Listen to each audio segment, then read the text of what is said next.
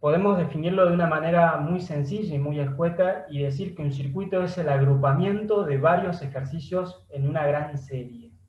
Si tenemos que definir de manera más profunda qué es un circuito, vamos a decir que es un modelo de organización de ejercicios, un modelo de organización vertical o circular de ejercicios que se denominan estaciones o postas y que están preestablecidos de antemano y que se ejecutan con continuidad, con una pausa mínima entre ellos, hasta finalizar ese recorrido, el cual se denomina vuelta. Hablar de circuito inevitablemente implica hablar de dos aspectos, del acondicionamiento físico general y por otro lado del entrenamiento de la resistencia muscular. Si bien es cierto, se debate cuál es el origen de esta metodología, algunos hablan de que se origina de la antigüedad, ya se utilizaban los circuitos para la preparación física, otros hablan de que el entrenamiento en circuito nace como una forma de metodologías que usaban los fisicoculturistas, en particular las super series. Si nosotros analizamos el concepto que es un circuito y decimos un agrupamiento de ejercicios dentro de una gran serie, tiene una gran similitud con modelos que se utilizan en el fisicoculturismo, como son las super series. Y otros hablan de que el origen, si se quiere más metodológico y científico, se da a partir de los célebres trabajos en la Universidad de Leeds, allá por la década del 50, de Adamson y Morgan. Si bien es cierto, el origen puede ser múltiple, a lo largo de los años se han ido diseñando diferentes variables y tipos de circuitos. Pero antes de poder analizar esos tipos de circuitos es necesario analizar sus pros y sus contras, es decir, los pros, los beneficios que tiene el entrenamiento en circuito y las contras que tiene esta metodología. Como beneficios podemos situar o mencionar, perdón, varios aspectos. Es una metodología que en muchos casos es dinámica, es realmente versátil, se puede trabajar con pequeños y grandes grupos de entrenamiento, lo cual nos permite a nosotros economizar herramientas de trabajo, medios de entrenamiento.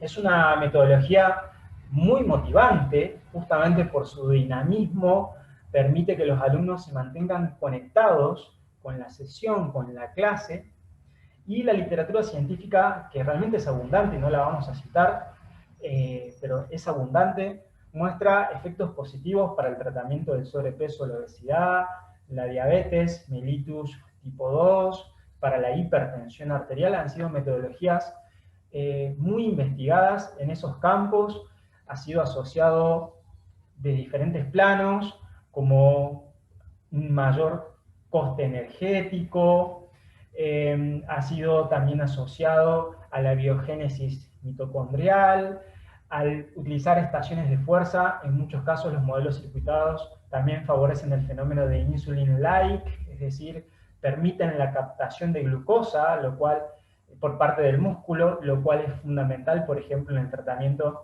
de la diabetes mellitus, al trabajar grandes masas musculares y de manera continua, permiten básicamente una buena hemodinámica y de esa manera se evita la compartimentalización de la circulación sanguínea, lo cual favorece, por ejemplo, a personas con hipertensión arterial.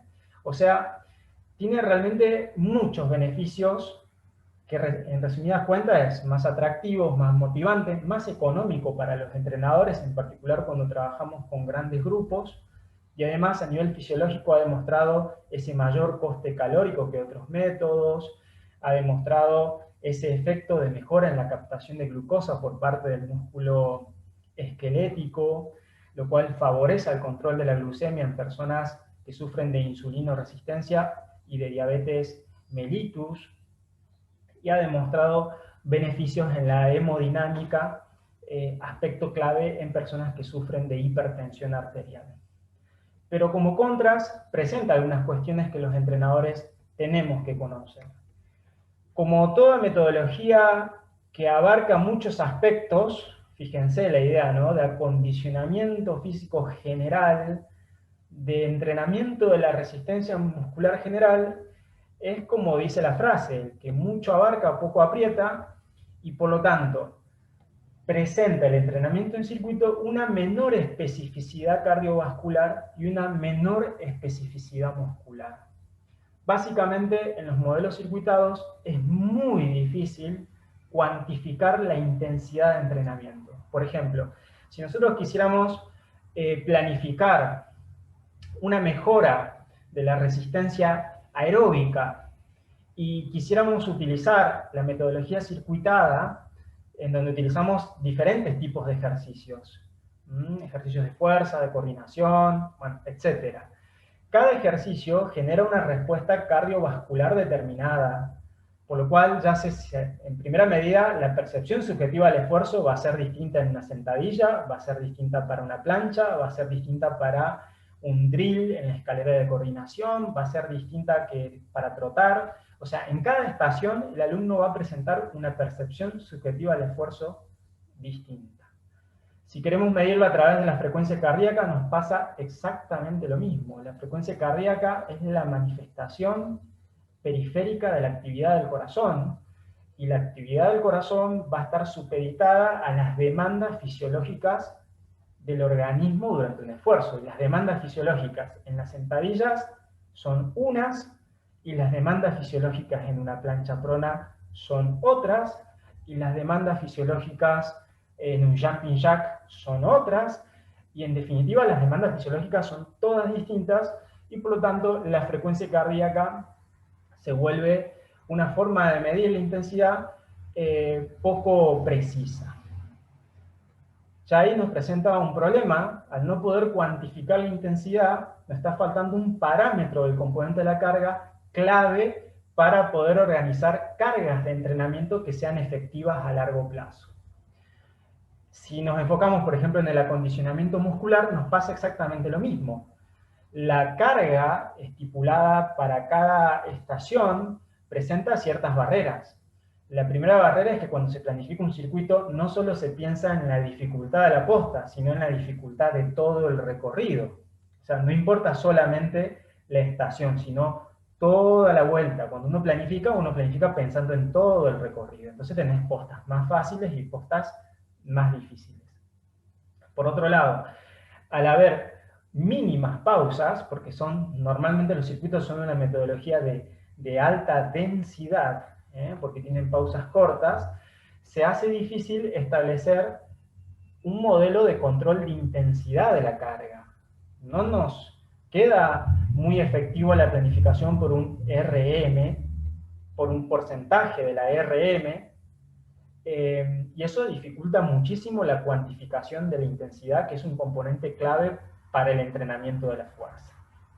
Al haber demasiada alternancia en los patrones de movimiento y demás, tampoco hay una especificidad en la fatiga de los músculos target. Por lo tanto, hay un menor estrés muscular a nivel local, lo cual también dificulta la acreción proteica y por lo tanto la hipertrofia muscular. En síntesis, al no poder cuantificarse de manera exacta las cargas, va a haber una menor especificidad a nivel muscular y va a haber una menor especificidad a nivel cardiovascular. Por eso solemos decir que el entrenamiento en circuito guarda mucha efectividad en el ámbito terapéutico, obesidad, diabetes, hipertensión, en ciertos contextos y con ciertos parámetros, claro está, guarda efectividad, pero no guarda tanta efectividad en personas que estén entrenadas. Entonces, ¿una persona entrenada se puede servir de un circuito? La respuesta es sí, pero en determinadas etapas. Entonces, ¿alguien entrenado cuándo usa un circuito? Bueno, si yo tuve un parate muy largo y quiero retomar el gimnasio, puedo usar los circuitos como una forma de acondicionamiento para volver al entrenamiento tradicional. O si vengo de un proceso de mucha sobrecarga, mucha fatiga, el entrenamiento en circuito me puede ayudar para tener una recuperación activa. Pero como norma, no puedo pensar al entrenamiento en circuito, si estoy entrenado, como una metodología que me sirva para prepararme físicamente y ganar condición cardiovascular y fuerza si yo ya estoy con niveles de condición y de entrenamiento. Entonces, para un entrenador personal, determinar cuál es el nivel del grupo al cual estoy entrenando, también me va a decir básicamente cuánto tiempo el entrenamiento en circuito en general, obviamente, me va a ser de utilidad y en cuánto tiempo se me va a producir un estancamiento, una meseta. Y además, hay otra particularidad que es en la didáctica de la sesión de circuitos. Como norma, los circuitos requieren que vos conozcas los ejercicios. Si hablamos de un recorrido preestablecido, o de un recorrido preestablecido de antemano, estamos hablando de que yo conozco que este ejercicio es una sentadilla split, que este es un peso muerto, que este es una plancha. Es decir, yo tengo un dominio técnico. Por lo tanto, el entrenamiento en circuito no sería una metodología óptima para aquel alumno totalmente inicial. Si yo tengo un alumno totalmente inicial que no sabe cómo se hace una estocada, cómo se hace una sentadilla, cómo se hace un bicho muerto, no le puedo dar un circuito porque no va a haber una verdadera continuidad en la metodología, y hay de hecho otros métodos más eficaces que me permitan a mí corregir y enseñar los ejercicios. Eso es fundamental entenderlo. El entrenamiento en circuito es una buena metodología para el acondicionamiento en personas entrenadas que vienen de un parate. El entrenamiento en circuito es una muy buena progresión de entrenamiento para personas que ya han realizado un plan básico y que dominan ciertos ejercicios de fuerza. Y el entrenamiento en circuito es una buena metodología de variación. Esto es fundamental entenderlo y comprenderlo. De lo contrario, la metodología usada en exceso va a hacer que nos metamos en un estancamiento, en una meseta, o mal usada la metodología va a hacer que muchas personas ejecuten mal los ejercicios con una cuantificación de carga muy baja y que los efectos sean realmente menores a los esperados en función de lo que dicen las investigaciones al respecto de la metodología. Yendo más a profundo, los tipos de circuito, encontramos circuitos generales, circuitos concentrados, circuitos en bloque. Nosotros nos vamos a concentrar ahora en el circuito general. Y dentro de los circuitos generales encontramos diferentes tipos de circuitos. Encontramos circuitos cortos, que son circuitos formados por 4 o 5 estaciones. Circuitos medios, que son aquellos que tienen 6 a 8 estaciones. Circuitos largos, que tienen de 9 a 12 estaciones.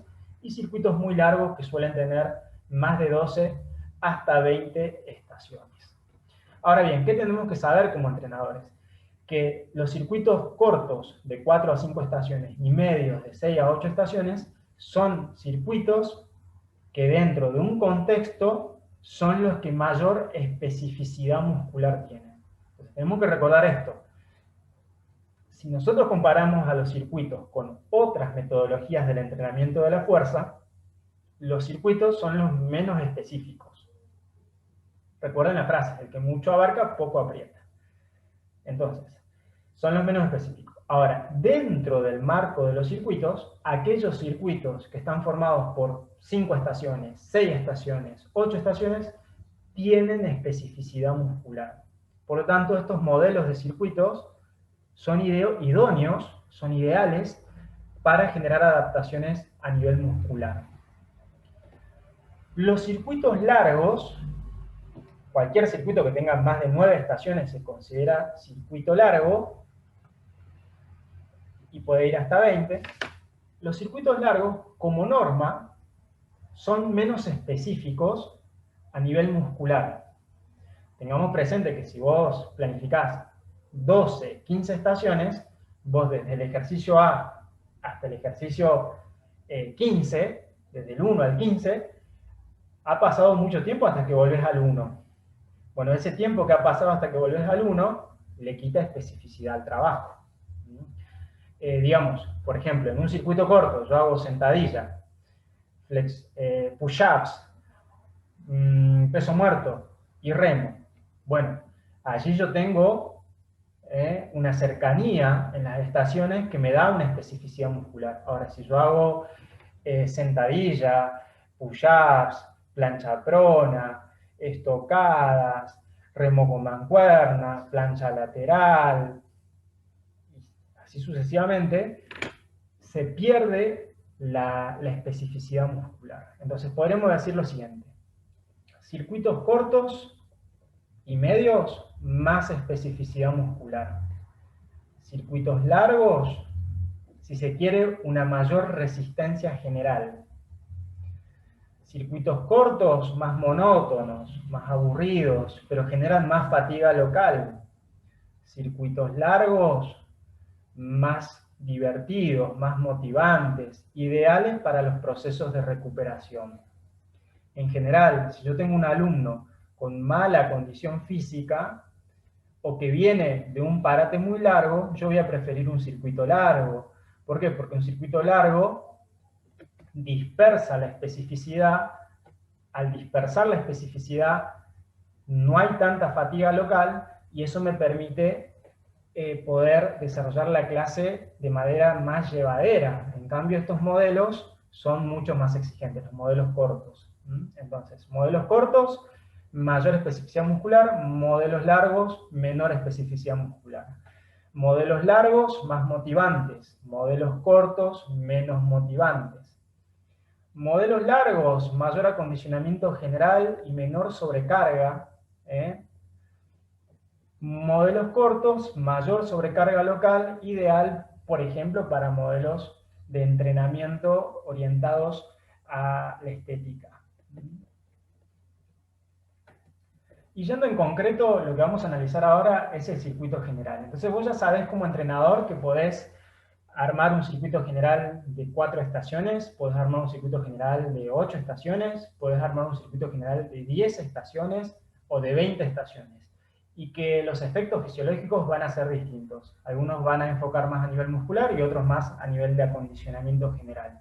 Uno va a ser más monótono y el otro va a ser más motivante y divertido. Bueno, todo de qué va a depender, del alumno y los objetivos. Ahora, ¿cuáles son las pautas de un circuito general? Las pautas de un circuito general es la alternancia de zonas fundamental para evitar la fatiga localizada. La alternancia de patrones clave para favorecer el balance y simetría y el alfabeto motor. Y ejercicios globales que utilicen grandes grupos musculares.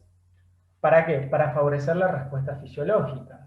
Sabemos hace tiempo que los ejercicios globales generan una mayor respuesta a nivel de las catecolaminas, es decir, la adrenalina, la noradrenalina, que son hormonas fundamentales para ciertas respuestas fisiológicas a nivel del metabolismo. También sabemos que los ejercicios globales generan una mayor respuesta de algunas hormonas, como es la hormona de crecimiento y en algunos casos inclusive de la testosterona. Además, los ejercicios globales suponen una mayor respuesta cardiocirculatoria, lo cual también favorece al consumo de oxígeno. Y mientras más músculos participan, más energía también se gasta. Por otro lado, si lo vemos desde un enfoque funcional, el sistema nervioso nada sabe de músculos, solo sabe de movimientos. Entonces, por ejemplo, tendríamos acá push-ups, tren superior, patrón de empuje horizontal, ejercicio global, primera estación. Plancha lateral, ejercicio del core, de la antilateralidad, ejercicio de estabilidad. Estocadas, ejercicio de empuje, de tren inferior, que también tiene componentes de equilibrio y de estabilidad. Por lo tanto, ¿qué tenemos acá entre el push-ups, primera estación, plancha lateral y las estocadas? Tenemos una alternancia de zonas. Luego nos vamos al remo con mancuernas, patrón de tracción, tren superior. Luego nos vamos al bicho muerto, estabilidad del núcleo, del core, antiextensión. Y luego nos vamos al peso muerto a una pierna, componente de estabilidad, cadera dominante y patrón de tracción. Entonces, ¿qué tenemos acá? Alternancia de zonas. Vamos de nuevo. Push-ups, tren superior, plancha lateral, zona media, estocadas, tren inferior, remo con mancuerna, tren superior, bicho muerto, zona media, peso muerto, tren inferior. Si vamos al análisis, ahí ya tenemos la alternancia de zonas. Si vamos al análisis funcional, patrón de empuje, patrón de estabilidad, patrón de empuje, patrón de tracción, patrón de estabilidad, patrón de tracción. O sea, vamos alternando también los patrones. Y finalmente vamos a tener un press militar y un monster sumo con bandas elásticas. El press militar es un empuje vertical y el monster sumo es un ejercicio de fuerza que se realiza en plano frontal y que nos va a ayudar a trabajar el tren inferior en plano frontal, en particular haciendo énfasis en la musculatura del glúteo medio, del tensor de la fascia lata, de la activación también de los cuádriceps en plano frontal. Es un ejercicio global, si se quiere, más de control motor. Por lo tanto, vamos a tener push-ups, tren superior, plancha lateral, zona media, estocadas, tren inferior, remo, tren superior, bicho muerto, zona media, peso muerto, tren inferior, press militar, tren superior y monster sumo, tren inferior. ¿Qué tenemos acá? Una alternancia de zonas. Y si vamos viendo, cada ejercicio representa un patrón de movimiento distinto, lo cual nos permite el balance y simetría. Por ejemplo, si analizamos la estocada, patrón de empuje, principalmente rodilla dominante. Si analizamos el peso muerto, patrón de tracción, cadera dominante.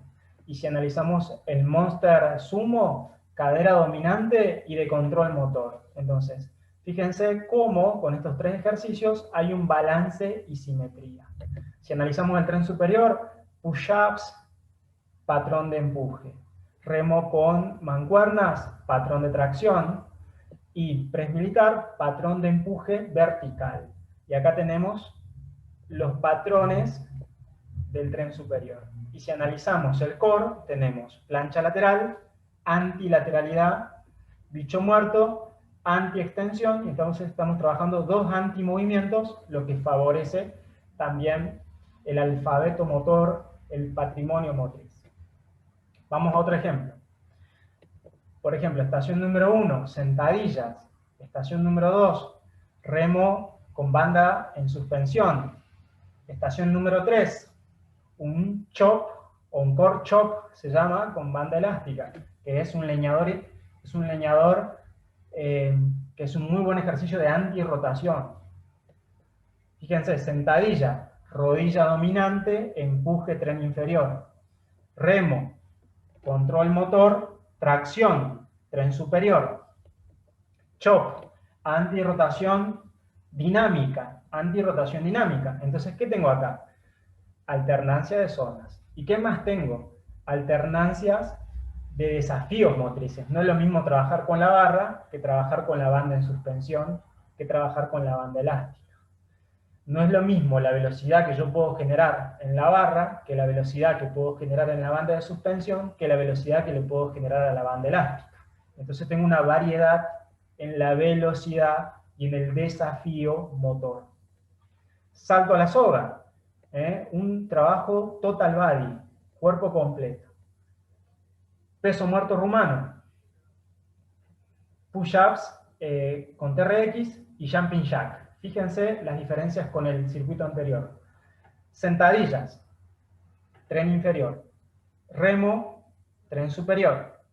Chop o core chop, zona media. Tengo alternancia de zonas. Saltos a la soga, total body. Peso muerto rumano, tren inferior. Push-ups, tren superior. Jumping jack, total body. Es decir, que también tengo la chance, cada 3 ejercicios que completen el cuerpo, utilizar un total body. Ese total body va a ser diferenciador porque utiliza justamente todo el cuerpo a una velocidad distinta. Entonces, fíjense que tengo una alternancia de zonas, una alternancia en desafío motriz, una alternancia en patrones de movimiento y una alternancia en la velocidad de ejecución. Esos aspectos, ¿a qué favorecen? Al continuo contráctil. al sistema nervioso. Entonces, a la hora de pensar el entrenamiento en circuito, resulta clave planificar la cantidad de estaciones. De acuerdo a la cantidad de estaciones con la cual esté configurada cada vuelta, vas a tener un determinado efecto fisiológico. Primero. Segundo, planificar la naturaleza de los ejercicios. Empuje, tracción, superior, inferior, zona media. Planificar la complejidad del ejercicio. Barras, TRX, bandas elásticas. Planificar la velocidad de ejecución de los ejercicios. Esos aspectos van a ser claves para volver más funcional el entrenamiento. El entrenamiento en circuito es una excelente herramienta que, como vimos, tiene pros y contras. Como metodología es bárbara, nos ayuda a armar sesiones muy dinámicas, muy versátiles, que en el público general está bárbaro, pero que nosotros debemos saber cómo utilizarlo, cómo planificarlo de acuerdo a los objetivos, especialmente cuando los objetivos están bien marcados y los procesos de entrenamiento están más personalizados.